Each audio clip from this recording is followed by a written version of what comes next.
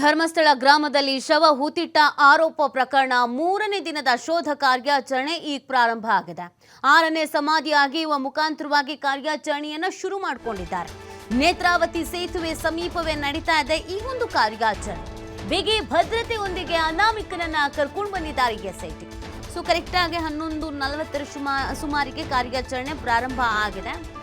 ನಿನ್ನೆ ಮೊನ್ನೆ ಎಲ್ಲ ನಾವು ನೋಡಿದಾಗ 12 ಗಂಟೆ 11ವರೆಗೇನೆ ಪ್ರಾರಂಭ ಆಗಿತ್ತು. ಅದೇ ಸಮಯದಲ್ಲಿಗೆ ಪ್ರಾರಂಭ ಆಗಿದೆ. ಇವತ್ತು ಕೂಡ ಈಗ ಸದ್ಯದ ಮಟ್ಟಿಗೆ ಮಳೆ ಅನ್ನೋದು ಇಲ್ಲ, ಮುಂದೆ ಗೊತ್ತಿಲ್ಲ ಹೇಗಾಗುತ್ತೆ ಏನು ಅಂತ. ಅಂದುಕೊಂಡಂಗೆನೆ ಇದೇ ಪರಿಸ್ಥಿತಿಯಲ್ಲಿಗೆ ಕಾರ್ಯಾಚರಣೆ ನಡೀತು ಅಂತಂದ್ರೆ ಇವತ್ತೂ ಒಂದು 5 ಗುಂಡಿಯನ್ನು ಅಗೆಯಬಹುದಾದ ಸಾಧ್ಯತೆ ಇದೆ. ಯಾಕಂದರೆ ನಿನ್ನೆನೂ ಹಾಗೆ ಮಾಡಿದ್ರು. ಸೊ ಇವತ್ತು ಏನಾಗುತ್ತೆ ಅನ್ನೋದೊಂದು ಕ್ಯೂರಿಯಾಸಿಟಿ ಅಂತೂ ಇದೆ. ಇವತ್ತಾದರೂ ಅಗೆಯುವಂಥ ಗುಂಡಿಯಲ್ಲಿ ಏನಾದರೂ ಸಿಗುತ್ತಾ ಅಂತ. 6, 7, 8, 9 ತನಕ ಇವತ್ತು ಕವರ್ ಮಾಡಬಹುದು ಅನ್ನುವಂಥ ನಿರೀಕ್ಷೆನ ಇಟ್ಕೊಳ್ಳಲಾಗಿದೆ. ನೀವು ಗಮನಿಸ್ತಾ ಇರ್ಬೋದು, ಅನಾಮಧೇಯ ವ್ಯಕ್ತಿ ಇದೀಗ ಆಗಮಿಸಿರುವಂಥದ್ದು ಆ ಪ್ರದೇಶಕ್ಕೆ. ಫುಲ್ ಭದ್ರತೆಯಲ್ಲಿಗೆ ಆತನನ್ನು ಕರ್ಕೊಂಡು ಬರಲಾಗಿದೆ. ಆ ವ್ಯಕ್ತಿ ಸ್ಥಳ ಮಹಾಜರಿಗೆ ಬಂದಾಗ ಇಲ್ಲೆಲ್ಲ ಗುರುತಿಸಿ ಹೋಗಿದ್ದ. ಸೊ ಆ ಜಾಗಕ್ಕೆ ಆ ವ್ಯಕ್ತಿಯನ್ನು ಕರ್ಕೊಂಡು ಬರಲಾಗ್ತಾ ಇದೆ. SIT ಅಧಿಕಾರಿಗಳು ನೀವು ದೃಶ್ಯದಲ್ಲಿ ನೋಡ್ತಾ ಇರ್ಬೋದು. ಸೊ ಇಲ್ಲೇ ಆತ ಪಾಯಿಂಟ್ ಮಾಡಿದ್ದು ಇದು 2 ಪ್ಲೇಸ್ ಏನು ಅಂದರೆ 6th ಮತ್ತು 7th ನೇತ್ರಾವತಿ ತಟದಲ್ಲಿಗೆ ಇದೆ. ಬಟ್ 8ಇಂದ ಬೇರೆ ಭಾಗಗಳಿಗೆ ಹೋಗುತ್ತೆ, ಅಂದರೆ ಇಲ್ಲೇನೆ ಸ್ವಲ್ಪ ಮೇಲ್ಭಾಗ ಅಂತ ಹೇಳ್ತಾ ಇದ್ದಾರೆ. ದೂರುದಾರ ತೋರಿಸಿದ 6ನೇ ಸಮಾಧಿಯನ್ನ ಅಗೆಯುವ ಕಾರ್ಯ ಪ್ರಾರಂಭ ಆಗಿದೆ. ಸಮಾಧಿ ಅಗೆಯುವಂತ ಎಕ್ಸ್ಕ್ಲೂಸಿವ್ ದೃಶ್ಯ ನಿಮ್ಮ TV5ಗೆ ಲಭ್ಯ ಆಗಿದೆ. ದೂರುದಾರನನ್ನ ಕರೆತಂದು SIT ತಂಡ ಈ ಶೋಧ ಕಾರ್ಯವನ್ನು ಮಾಡ್ತಾ ಇದೆ. ಇವತ್ತು ಮೊದಲನೇ ಹಂತದಲ್ಲಿ 6, 7, 8 ಪಾಯಿಂಟ್ಗಳಲ್ಲಿ ಶೋಧವನ್ನು ಮಾಡಲಾಗುತ್ತೆ. ನೇತ್ರಾವತಿ ನದಿಯ ಸಮೀಪವೇ ಅಸ್ಥಿಪಂಜರಕ್ಕಾಗಿ ಹುಡುಕಾಟವನ್ನು ಮಾಡಲಾಗ್ತಾಗಿದೆ. ಸೊ ಈಗ ಇವತ್ತಿನ ಬೆಳವಣಿಗೆನ ನಾವು ನೋಡಿದಾಗ ನಿನ್ನೆ ಮೊನ್ನೆ ಥರನೇ ಆತನನ್ನು ಕರ್ಕೊಂಡು ಬರಲಾಗಿದೆ. ನೀವು ಅಲ್ಲಿ ನೋಡ್ತಾ ಇರ್ಬೋದು. ಕಾರ್ಯಾಚರಣೆಗೆ ಈಗ ಹಾರೆ ಗುದ್ದಲಿ ಬೇಕಾಗಿರುವ ಸಲಕರಣೆಗಳನ್ನು ತೆಗೆದುಕೊಂಡು ಅಲ್ಲಿಗೆ ಸಿಬ್ಬಂದಿಗಳು ಕೂಡ ಆಗಮಿಸಿದ್ದಾರೆ. ಮ್ಯಾನ್ ಪವರ್ ಮುಖಾಂತರವಾಗಿಯೇ ಈ ಒಂದು ಗುಂಡಿ ಅಗೆಯುವ ಕೆಲಸ ಮಾಡಲಾಗ್ತಾ ಇದೆ. ಮೊದಲ ದಿನ ಒಂದು JCB ಬೆಳೆಸಿದ್ರು ಬಿಟ್ಟರೆ ಅದಾದಮೇಲೆ ಇಲ್ಲ ಸಮಸ್ಯೆ ಆಗುತ್ತೆ ವೈಜ್ಞಾನಿಕವಾಗಿ ಅಂತ ವಕೀಲರು ಮತ್ತು ವೈದ್ಯರು ಎಲ್ಲರ ಜೊತೆಗೆ ಡಿಸ್ಕಸ್ ಮಾಡಿ ಅದಾದ ನಂತರ ಮ್ಯಾನ್ ಪವರ್ ಮುಖಾಂತರವಾಗಿ ಕಾರ್ಯಾಚರಣೆ ಮಾಡಲಾಗ್ತಿದೆ. ಈಗ ನೀವು ನೋಡ್ತಾ ಇರುವಂಥ ದೃಶ್ಯ 6ನೇ ಪಾಯಿಂಟ್. ಸೊ ಇಲ್ಲಿ ಇದೀಗ ಕಾರ್ಯಾಚರಣೆಯನ್ನು ಪ್ರಾರಂಭಿಸಿದ್ದಾರೆ. ಇದು ಕೂಡ ನೇತ್ರಾವತಿಯ ನದಿಯ ಸಮೀಪದಲ್ಲೇ ಇರುವಂಥದ್ದು. ಸೊ ನಿನ್ನೆ ಎಲ್ಲ ಏನು ಹೇಳ್ತಾ ಇದ್ರು, ಇಲ್ಲ 1ರಲ್ಲೂ ಸಿಗಲಿಲ್ಲ, 2ರಲ್ಲೂ ಸಿಗಲಿಲ್ಲ, 5 ತನಕ ಸಿಗಲಿಲ್ಲ. ಇದು ನದಿ ತೀರದಲ್ಲಿ ಇರುವಂಥ ಹಿನ್ನೆಲೆಯಲ್ಲಿ 2019ರಲ್ಲಿ ಪ್ರವಾಹ ಬಂದ್ಬಿಟ್ಟಿತ್ತು, ಭೂಮಿ ಕುಸಿತ ಆಗಿತ್ತು, ಅದಕ್ಕೆ ಇಲ್ಲೇನು ಸಿಗಲ್ವೇನೋ ಈ ಥರದ್ದೆಲ್ಲ ಇತ್ತು. ಸೊ 6, 7 ಸೇಮ್ ನೇತ್ರಾವತಿ ನದಿ ಭಾಗದಲ್ಲೇ ಇದೆ. 8, 9, 10, 11, 12, 13 ಇದು ಮಾತ್ರ ಸ್ವಲ್ಪ ಮೇಲ್ಭಾಗದಲ್ಲಿ, ಅಂದರೆ ಮಳೆ ಬಂದಾಗ ಅಥವಾ ಪ್ರವಾಹ ಬಂದಾಗ ಅಥವಾ ಭೂಕುಸಿತ ಇದ್ಯಾವುದು ಕೂಡ ಆಗಿಲ್ಲ ಅನ್ನೋದನ್ನು ಕೂಡ ಹೇಳಲಾಗ್ತಾ ಇದೆ. ಇವತ್ತು ಮೇನ್ಲಿ 6, 7, 8 ಈ 3 ಪಾಯಿಂಟನ್ನು ಇವತ್ತು ಗುಂಡಿ ಅಗೆಯುವಂಥ ಕಾರ್ಯ ಮಾಡಬಹುದು ಅಂತ ಹೇಳಲಾಗ್ತಾ ಇದೆ. ಗೊತ್ತಿಲ್ಲ, 9 ಆದರೂ ಆಗಬಹುದು, ಹೇಳಲಿಕ್ಕೆ ಆಗೋದಿಲ್ಲ. ಅಂದರೆ ಇದು ಮ್ಯಾನ್ ಪವರ್ ಅಲ್ವಾ, ಅವ್ರು ಹೆಂಗೆ ಕಾರ್ಯಾಚರಣೆ ಮಾಡ್ತಾರೆ ಅನ್ನೋದ್ರ ಮೇಲೆ ಎಲ್ಲವೂ ನಿಂತಿದೆ. ಅವ್ರಿಗೆ ಸುಸ್ತಾಗ್ಬೋದು ಅಥವಾ ರೆಸ್ಟ್ ಬೇಕು ಅಂತ ಅನಿಸ್ಬೋದು. ಇನ್ನೇನು ಸ್ವಲ್ಪ ಹೊತ್ತು ಬಿಟ್ಟು ಒಂದು ಲಂಚ್ ಬ್ರೇಕ್ ಬೇರೆ ಇರುತ್ತೆ. ಸೊ ಹಾಗಾಗಿ ಮತ್ತೆ ಮಳೆ ಬಂತು ಅಂತಂದರೆ ಅಡಚಣೆ ಆಗತ್ತೆ, ಹಿನ್ನಡೆ ಆಗತ್ತೆ. ಸೊ ಹೇಗಾಗತ್ತೆ ಏನು ಎತ್ತ ಅಂತ ನೋಡ್ಕೊಳ್ಬೇಕಾಗತ್ತೆ. ಬಟ್ 6, 7, 8 ಅಂತೂ ಇವತ್ತು ಫಿಕ್ಸು ಅಂತ ಹೇಳ್ತಾ ಇದ್ದಾರೆ. ಈ 3ರಲ್ಲೂ ಏನಾದರೂ ಕಳೆಬರ ಸಿಗುತ್ತಾ ಅಥವಾ ಸಿಗದೇನೆ ಇರುತ್ತಾ? ಸಿಕ್ಕಿಲ್ಲ ಅಂತಂದರೆ ನಾಳೆ ಇನ್ನೇನು ಕತೆ ಆಗತ್ತೆ, ಸಿಕ್ಕಿದ್ರೆ ನಾಳೆ ಇನ್ನೇನು ಕತೆ ಆಗತ್ತೆ, ಪ್ರತಿಯೊಂದು ಕೂಡ ಕುತೂಹಲ. ಮೊನ್ನೆ ಸ್ಥಳ ಮಹಾಜರಿಗೆ ಅಂತ ಬಂದಾಗ ಪಾಯಿಂಟ್ ಮಾಡಿ ಹೋಗಲಾಗಿತ್ತು, ನೀವು ಗಮನಿಸ್ತಾ ಇರ್ಬೋದು ದೃಶ್ಯದಲ್ಲಿ. ಸೊ ಅಂದರೆ ಅಲ್ಲೆಲ್ಲ ನೀಟಾಗಿ ಕವರ್ ಮಾಡಿ ಹೋಗಿದ್ರು, ಸೀಲ್ ಮಾಡಿ ಹೋಗಿದ್ರು. ಮಾಧ್ಯಮದವರಿಗೆ ನಿರ್ಬಂಧ ಹೇರಲಾಗಿದೆ. ಹಾಗಾಗಿ ಸ್ವಲ್ಪ ದೂರದಿಂದಲೇ ಅದನ್ನು ಫೋಕಸ್ ಮಾಡಿ ತೋರಿಸ್ತಾ ಇದ್ದೀವಿ ನಿಮಗೆ. ಈ ಬಗ್ಗೆ ಮತ್ತಷ್ಟು ಮಾಹಿತಿ ನೀಡ್ತಾರೆ ನಮ್ಮ ಪ್ರತಿನಿಧಿ ಆದಿತ್ಯ. ಧರ್ಮಸ್ಥಳ ಗ್ರಾಮದಿಂದ ಲೈವ್ನಲ್ಲಿ ಜಾಯ್ನ್ ಆಗ್ತಾ ಇದ್ದಾರೆ. ಆದಿತ್ಯ, ಕಾರ್ಯಾಚರಣೆ ಪ್ರಾರಂಭ ಆಗಿದೆ, ಜೊತೆಗೆ ಮಳೆನೂ ಪ್ರಾರಂಭ ಆದಂಗೆ ಕಾಣಿಸ್ತಾ ಇದೆ. ಕಾರ್ಯಾಚರಣೆಗೆ ಹಿನ್ನಡೆ ಏನಾದರೂ ಆಗತ್ತಾ? ಯಾವ ಥರ ಸಿಚುವೇಶನ್ ಇದೆ ಸದ್ಯಕ್ಕೆ? ಆ ನೀತಿ ಹೌದು. 6ನೇ ಸಮಾಧಿಯನ್ನು ಅಗೆಯುವಂಥ ಕಾರ್ಯಾಚರಣೆ ಈಗಾಗಲೇ ಆರಂಭವಾಗಿದೆ. ಅದರ ನೇರ ದೃಶ್ಯಾವಳಿಗಳನ್ನು ನೀವು ನೋಡ್ತಾ ಇದ್ದೀರಾ. ನಾವು ನೇತ್ರಾವತಿ ನದಿಯ ಇನ್ನೊಂದು ಭಾಗದಲ್ಲಿ, ಇನ್ನೊಂದು ದಡದಲ್ಲಿ ನಿಂತ್ಕೊಂಡು ಅದನ್ನು ತೋರಿಸುವಂಥ ಪ್ರಯತ್ನವನ್ನು ಮಾಡ್ತಾ ಇದ್ದೀವಿ. ಯಾಕಂದರೆ ಇಷ್ಟು ದಿನ ನಡೆದಂಥ ಕಾರ್ಯಾಚರಣೆಯ ಯಾವುದೇ ದೃಶ್ಯಗಳು ಲಭ್ಯವಾಗಿರಲಿಲ್ಲ. ಒಂದು JCB ಒಳಗಡೆ ಹೋಗೋದು ಬಿಟ್ಟರೆ ಅಲ್ಲಿ ಹಾರೆ ಪಿಕ್ಕಾಸಿ ಹಾಕುವಂಥದ್ದು ಅಥವಾ ಏನು ಕಾರ್ಯಾಚರಣೆ ಆಗ್ತಾ ಇದೆ ಅದಕ್ಕೆ ಸಂಬಂಧಪಟ್ಟ ಹಾಗೆ ಒಂದು ಸೌಂಡ್ ಕೂಡ ಕೇಳಿಸ್ತಾ ಇರಲಿಲ್ಲ. ಆದರೆ ಇವತ್ತು ಇನ್ನೊಂದು ಭಾಗದಿಂದ ತೋರಿಸ್ತಾ ಇರುವಂಥ ದೃಶ್ಯಾವಳಿ ಇದು ನೇರವಾಗಿ ನಮ್ಮ ಕ್ಯಾಮರಾ ಕಣ್ಣಿಗೆ ಆ ದೃಶ್ಯ ಸೆರೆಯಾಗಿದೆ. ಆಗಿದೆ. 6ನೇ ಸಮಾಧಿಯನ್ನು ಅಗೆಯುವಂಥ ಪ್ರಕ್ರಿಯೆ ಈಗಾಗಲೇ ಆರಂಭವಾಗಿದೆ. ಈ ಸಮಾಧಿ ನೇತ್ರಾವತಿ ನದಿಯ ಪಕ್ಕದಲ್ಲೇ ಇದೆ, ಆದರೆ ಸ್ವಲ್ಪ ಮೇಲ್ಭಾಗದಲ್ಲಿ ಇದೆ ಅನ್ನುವಂಥದ್ದು ಕೂಡ ಕಾಣಿಸ್ತಾ ಇದೆ. ಅದಕ್ಕೆ ಸೀನ್ ಆಫ್ ಕ್ರೈಮ್ ಅನ್ನ ಹಾಕಿ ಅಲ್ಲಿ ಈಗ ಅಗೆಯುವಂಥ ಪ್ರಕ್ರಿಯೆಯನ್ನ ಕೂಲಿಯಾಳುಗಳು ಶುರು ಮಾಡಿದ್ದಾರೆ. ಹಾರೆ ಪಿಕ್ಕಾಸಿಯ ಮೂಲಕ ಅಗೆಯುವಂಥ ಕಾರ್ಯ ಮುಂದುವರೆದಿದೆ. ಸುಮಾರು 20 ನಿಮಿಷಗಳು ಈಗ ಆಗಿದೆ. ಅವರು ಅಲ್ಲಿ ಎಂಟ್ರಿ ಕೊಟ್ಟು ಅಗೆಯೋದಕ್ಕೆ ಶುರು ಮಾಡಿ 20 ನಿಮಿಷಗಳು ಶುರುವಾಗಿದೆ, 20 ನಿಮಿಷಗಳಾಗಿದೆ. ಅದು ಆಗಿ ಈ ಬೆನ್ನಲ್ಲೇ ಈಗ ತನಿಖೆ ಕೂಡ ಅಂದ್ರೆ ಕಾರ್ಯಾಚರಣೆ ಮಾಡುವಂಥದ್ದು ಬಹಳ ತೀವ್ರಗತಿಯಲ್ಲಿ ಸಾಗ್ತಾ ಇದೆ.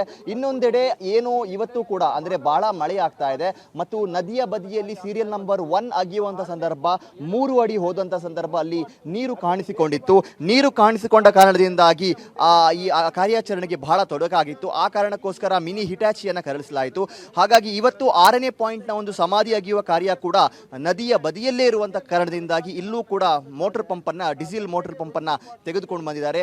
ಇನ್ ಕೇಸ್ ಎಲ್ಲಾದರೂ ಮಳೆ ಬಂದು ಗುಂಡಿ ಫುಲ್ ಆದರೆ ಅಥವಾ ಇದು ನದಿಯ ಪಕ್ಕದಲ್ಲಿರುವಂಥ ಜಾಗ ಇದಾಗಿರೋದ್ರಿಂದ ಮಣ್ಣಿನ ಹೊರತೆಯಿಂದ ನೀರು ಮೇಲ್ ಬಂದರೆ ಈ ಎಲ್ಲವನ್ನ ಕೂಡ ಕ್ಷಣಕ್ಕೆ ಕ್ಲೀನ್ ಮಾಡುವಂಥ ದೃಷ್ಟಿಯಿಂದ SIT ಡೀಸೆಲ್ ಪಂಪನ್ನು ಕೂಡ ತೆಗೆದುಕೊಂಡು ಬಂದಿರುವಂಥದ್ದನ್ನು ಕೂಡ ನೀವು ಗಮನಿಸ್ತಾ ಹೋಗ್ಬೋದು. ಫಾರೆನ್ಸಿಕ್ ವೈದ್ಯರು ಕೂಡ ಅಲರ್ಟ್ ಆಗಿದ್ದಾರೆ, ಯಾವ ಕ್ಷಣದಲ್ಲಿ ಏನು ಬೇಕಾದರೂ ಆಗಬಹುದು ಅನ್ನುವಂಥ ರೀತಿಯಲ್ಲಿ. ಮತ್ತು ಸಾಕಷ್ಟು ಕೂಲಿಯಾಳುಗಳನ್ನು ಕರೆಸಿಕೊಂಡು ಇವತ್ತು ಕಾರ್ಯಾಚರಣೆ ಮಾಡ್ತಾ ಇದ್ದಾರೆ. 6, 7 ಮತ್ತು 8 ಪಾಯಿಂಟ್ಗಳನ್ನು ಇವತ್ತು ಮೊದಲ ಹಂತದ ಕಾರ್ಯಾಚರಣೆಯಲ್ಲಿ ಮಾಡಿ ಮುಗಿಸಬೇಕು ಅನ್ನುವಂಥದ್ದು SITಯ ಒಂದು ಗುರಿಯಾಗಿದೆ. ಅದನ್ನು ಮುಗಿಸುವಂಥ ರೀತಿಯಲ್ಲಿ ಬೇಕಾದಂತಹ ಎಲ್ಲ ಪ್ರಕ್ರಿಯೆಗಳು ಈಗಾಗಲೇ ಆರಂಭವಾಗಿದೆ. ಸುಮಾರು 2 ಅಡಿಯಷ್ಟು ಈಗಾಗಲೇ ಗುಂಡಿ ಆಳಕ್ಕೆ ಹೋಗಿರುವಂಥದ್ದು. ಅನಾಮಿಕ ತೋರಿಸಿರುವಂತಹ ಈ 6ನೇ ಸಮಾಧಿಯಲ್ಲಾದರೂ ಕಳೆ ಬರಹ ಸಿಗುತ್ತಾ ಅನ್ನುವಂಥದ್ದೇ ಎಲ್ಲರ ಕುತೂಹಲ. ಈಗ ಎಲ್ಲರ ಚಿತ್ತ ಈಗ 6ನೇ ಸಮಾಧಿಯತ್ತ ಇದೆ. ಸಾಕಷ್ಟು ಜನ ಸೇತುವೆಯ ಮೇಲ್ಭಾಗದಲ್ಲಿ ನಿಂತ್ಕೊಂಡು ಕೂಡ ಕಾರ್ಯಾಚರಣೆಯಿಂದ ಏನಾದರೂ ಸತ್ಯಾಂಶ ಹೊರಬರುತ್ತಾ ಅನ್ನುವಂಥ ರೀತಿಯಲ್ಲಿ ಕಾಯ್ತಾ ಇದ್ದಾರೆ.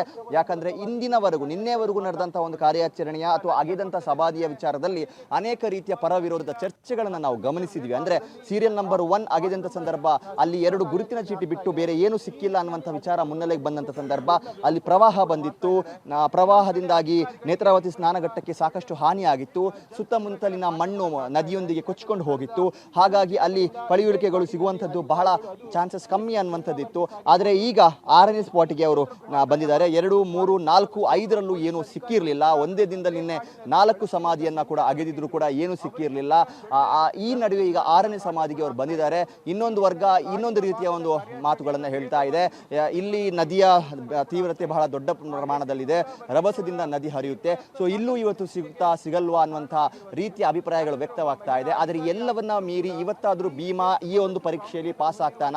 ತಾನು ಹೇಳಿದ ರೀತಿಯಲ್ಲೇ ತಾನು ಮಾಡಿರುವಂಥ ಆರೋಪಗಳು ನಿಜ, ಆತ ಹೆಣ ಹೂತಿದ್ದು ನಿಜ ಅನ್ನುವಂಥ ರೀತಿಗೆ ಒಂದು ಪುಷ್ಟಿ ನೀಡೋದಕ್ಕೆ ಏನಾದರೂ ಸಾಕ್ಷಿಗಳು ಆತನಿಗೆ ಲಭ್ಯವಾಗುತ್ತಾ? ಸದ್ಯ ಈ ಕಾರ್ಯಾಚರಣೆಗೆ ಅಥವಾ ಈ ಒಂದು ಪ್ರಶ್ನೆಗೆ ಇನ್ನೇನು ಕೆಲವೇ ಕ್ಷಣಗಳಲ್ಲಿ, ಒಂದು 3/4 ಗಂಟೆಯ ಒಳಗಡೆ ಅದಕ್ಕೆ ಉತ್ತರ ಸಿಗುತ್ತೆ. 6ನೇ ಸಮಾಧಿಯ ಭವಿಷ್ಯ ಏನು, ಅದರ ರಹಸ್ಯ ಏನು, ಅಲ್ಲಿ ಬುರುಡೆ ಇದೆಯಾ ಅಥವಾ ಈ ಹಿಂದೆ ಅಗೆದಂಥ ಸಮಾಧಿಗಳ ರೀತಿಯಲ್ಲಿ ಕೇವಲ ಮಣ್ಣು ಬಿಟ್ಟರೆ ಬೇರೆ ಏನೂ ಸಿಗೋದಿಲ್ವಾ ಅನ್ನುವಂಥ ಪ್ರಶ್ನೆಗೆ ಇನ್ನು ಕೆಲವೇ ಹೊತ್ತಿನಲ್ಲಿ ಉತ್ತರ ಸಿಗುತ್ತೆ. ಇದಾದ ಬಳಿಕ 7ನೇ ಸಮಾಧಿಯತ್ತ ಅಧಿಕಾರಿಗಳು ತಮ್ಮ ಚಿತ್ತವನ್ನು ಹರಿಸ್ತಾರೆ. ಅದು ಕೂಡ ನದಿಯ ಬದಿಯಲ್ಲೇ ಇದೆ. ಆ ಬಳಿಕ 8 ನೇತ್ರಾವತಿ ಸೇತುವೆಯ ಕೆಳಭಾಗದಲ್ಲಿದೆ.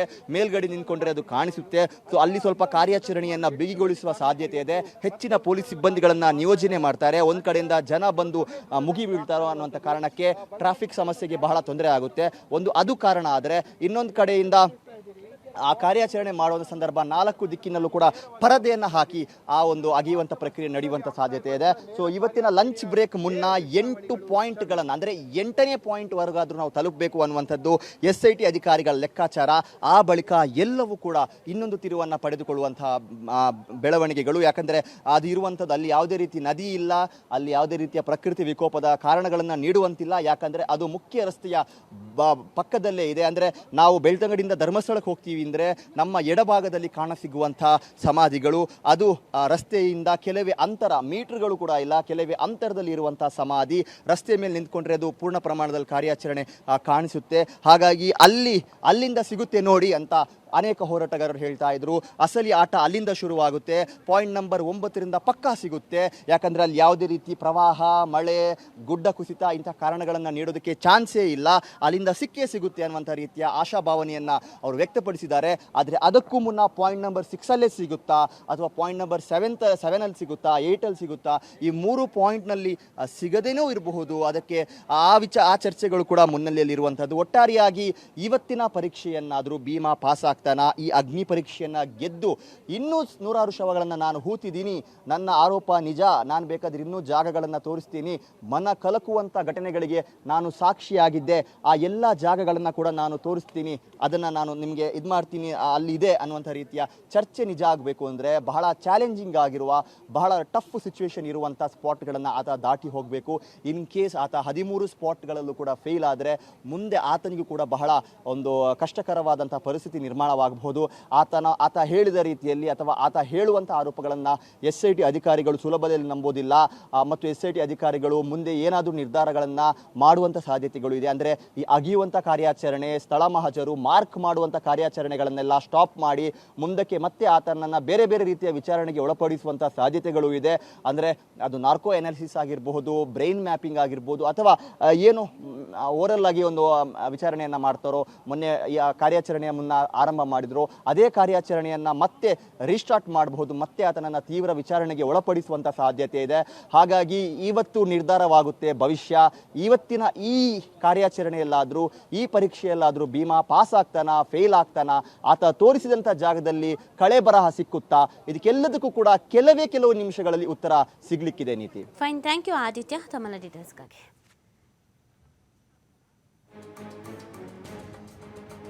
ಧರ್ಮಸ್ಥಳ ಗ್ರಾಮದಲ್ಲಿ ಶವ ಹೂತಿಟ್ಟ ಆರೋಪ ಪ್ರಕರಣ. ರಾಜ್ಯದ ಪ್ರತಿಯೊಂದು ಠಾಣೆಯಿಂದ ಮಾಹಿತಿಯನ್ನು ಕೇಳಿದ್ದಾರೆ SIT.